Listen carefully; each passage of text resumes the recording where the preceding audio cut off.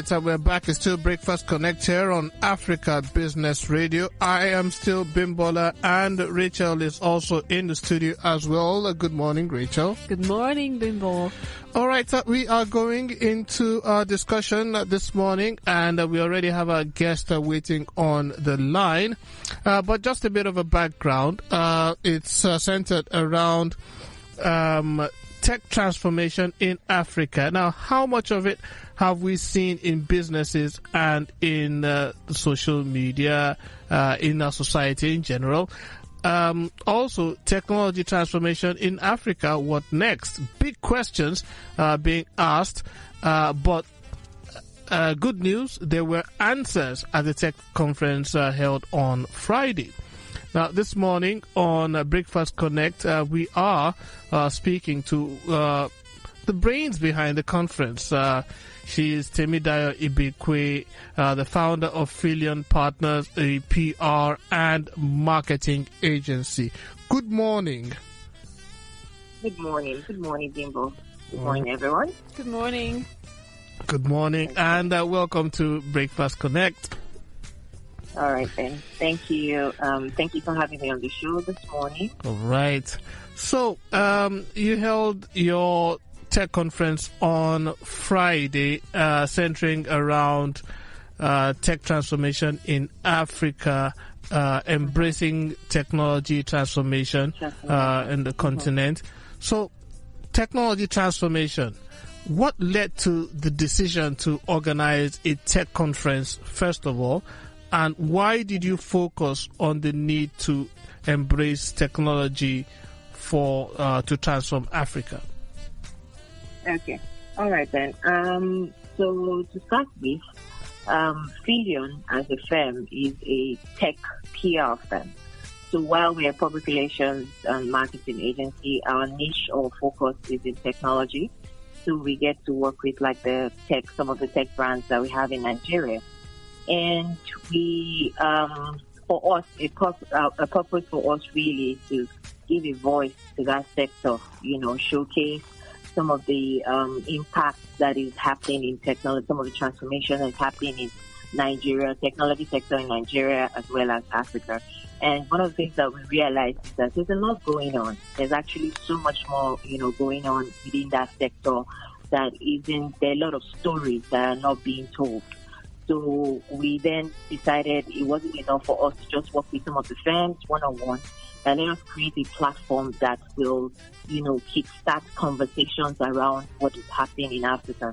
And in terms of embracing technology transformation in Africa, I think that the recent pandemic actually even, drove us to choose this particular theme because in the recent times we've seen quite a number of transformation around us. The way we do business, the way you're actually even interacting with me right now on this call, the way students have had to learn and all of that. And we've seen a lot of importation of some of these solutions as well. So the question is, what exactly is happening within Africa? And some of the things that we then went on to address at the conference was, the uniqueness of peculiarities of Nigeria or Africa as, a whole, as it concerns technology. And we realized, I'm already touching on, some of the things mentioned at the conference. We realized that technology transformation itself is not, we can't exactly call it a widespread, how do I put it now, a widespread solution for everyone in Africa, because there is still what we call a digital divide, in SMEs as well as, the consumers of technology itself. But I think, in just sticking to the first question that you have asked me, we're happy to be, starting, this course, this path that will then bring stakeholders to the table to consciously and proactively start to talk about, engage, innovate around technology that is driven to serve the African community with, the peculiarities that we have within it, the challenges within the sector, on infrastructure, on, everything that, really impacts on the, on humans and business generally around here locally. Okay. So this was the first tech conference Phyllion Partners will organize. Now, what were some of the challenges you experienced while trying to put this together, if any? Oh, okay. Okay, so this is the first tech conference we put together, quite all right. But then in Nigeria itself, it's the first tech PR conference. And it was, for us, we really were going to do it. It was going to be on site, and it was going to be much later, maybe towards the end of the third quarter. That was what, was in the plan as our January. But we then thought that since this is going to be virtual, let's handle this. Let's just, try and put this together. In terms of challenges, I would say it was pulling off, a conference online with all the formalities and all the, how do I put it now? All of the uniqueness of an on-site experience. So we had three different sessions. We had the general session, we had the panel session, we had the pitch session. I think because we're a communications firm, putting the word out there with the right content and branding was not a challenge. Trying to also attract the right kind of people that we wanted. We got over 400 people who registered, and largely, majority of them were, in the tech sector. Attendance is one thing because there's a lot of, that's what I was talking about, data. People need data to attend.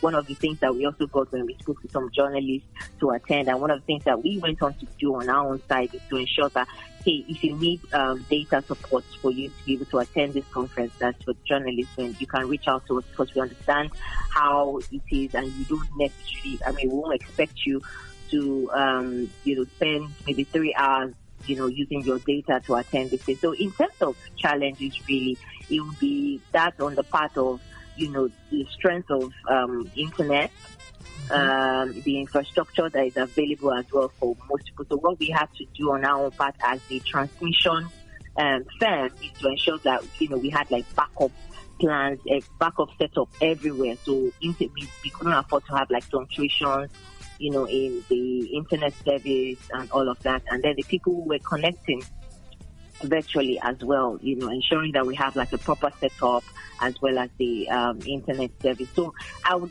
say that maybe a bit of infrastructure challenges were the things that we had in setting this up. But every other thing, we started out planning early, so it wasn't too much of an issue. All right, interesting. Now, what are some of the next programs or events we are to expect from Phyllion Partners? What's in the pipeline? Sorry? What are some of the next programs or events that we are to expect from Phyllion Partners? Oh, okay. So we're already working on something around meeting the techies because, like I said, we understand that quite a number of stories are not being told around the impact of technology in Nigeria. There are quite a number of startups here and there.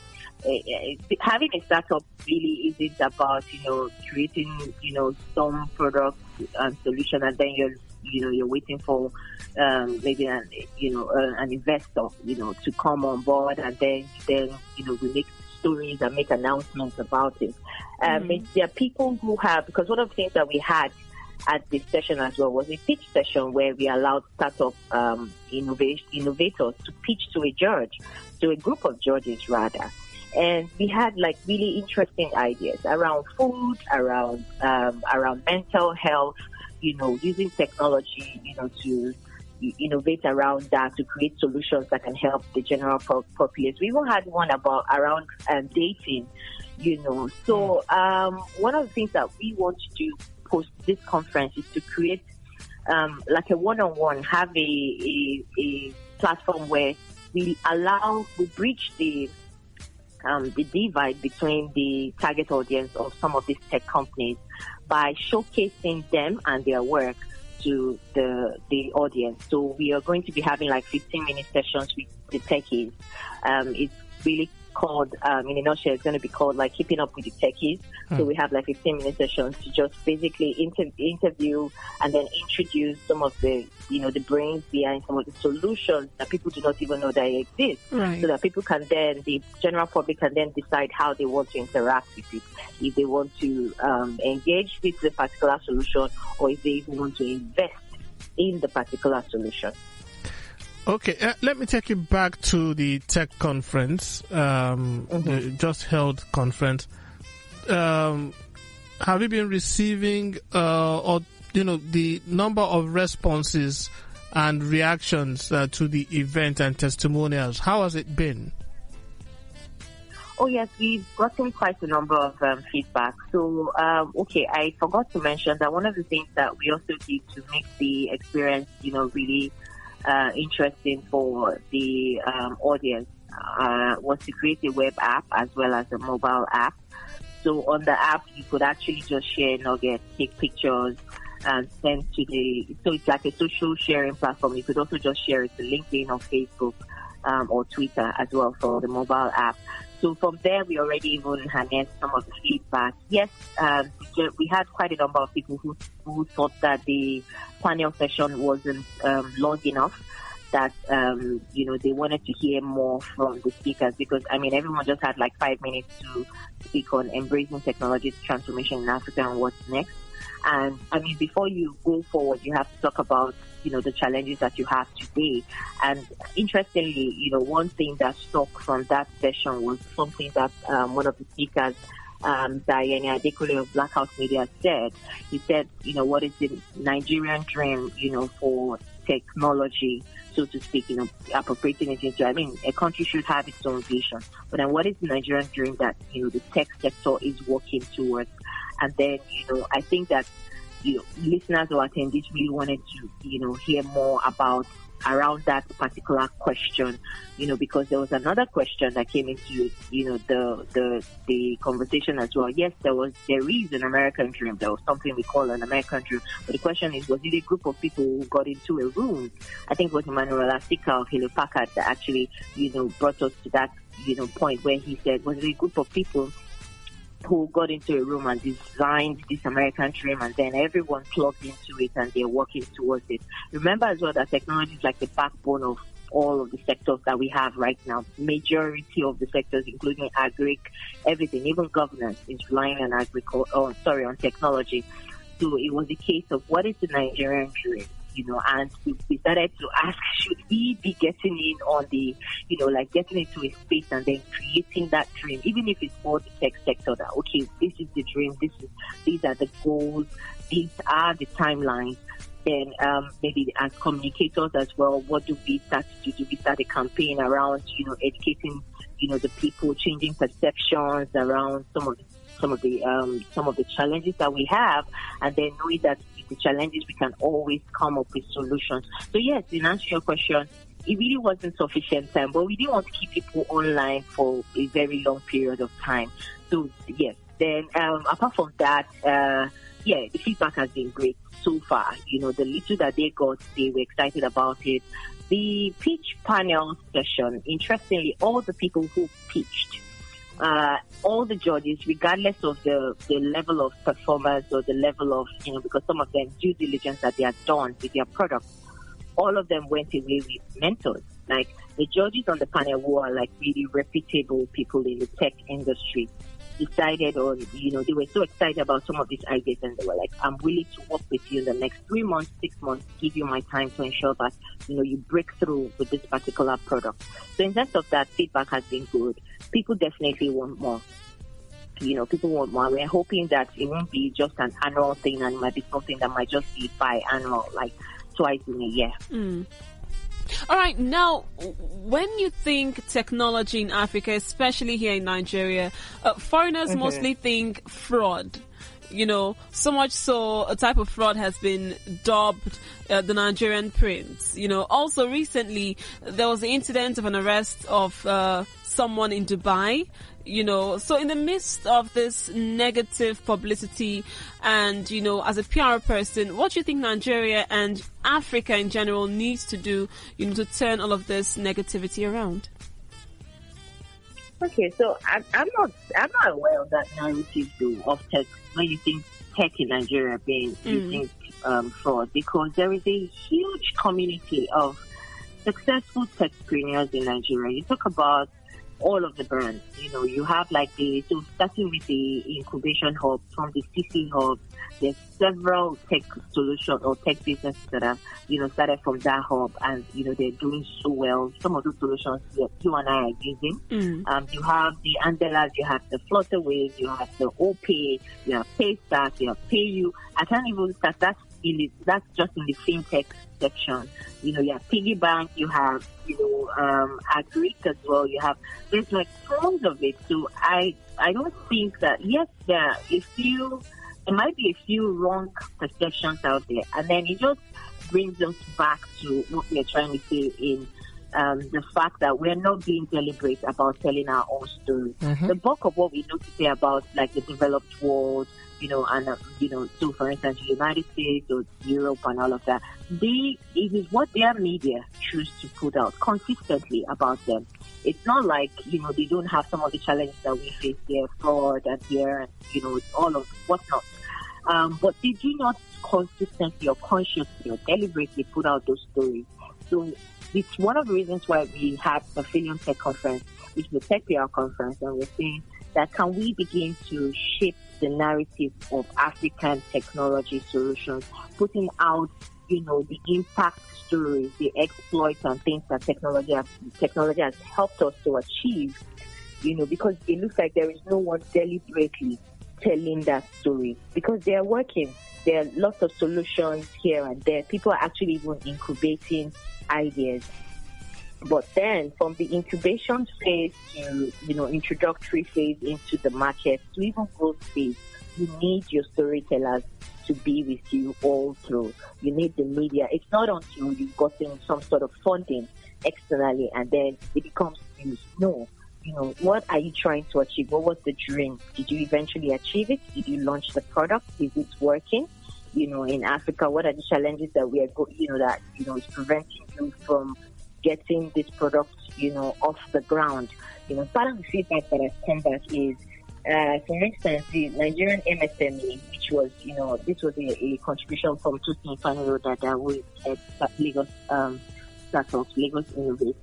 And she had mentioned that there are quite a number of MSMEs in Nigeria, and the bulk of them are actually not, they are not digital. How would I put it now? They do not use, I don't want to say they're not digitalized, but they do not actually use technology.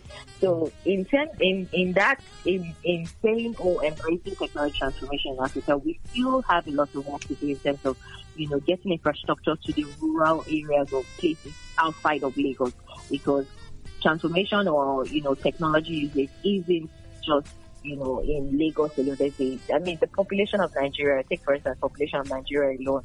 So, we really can't exhaust some of these things. We talk about the challenges, but for us, we really wanted to go for solution. What are the things that we can do now that we can, start to harness solution? Because enough with the stories, enough with the challenges. Let's start to act. Let's start to take action. Okay. Right. Well, that was a real mouthful there, and I quite agree with you, about telling the right stories about Africa, about Nigeria, about some of the positive.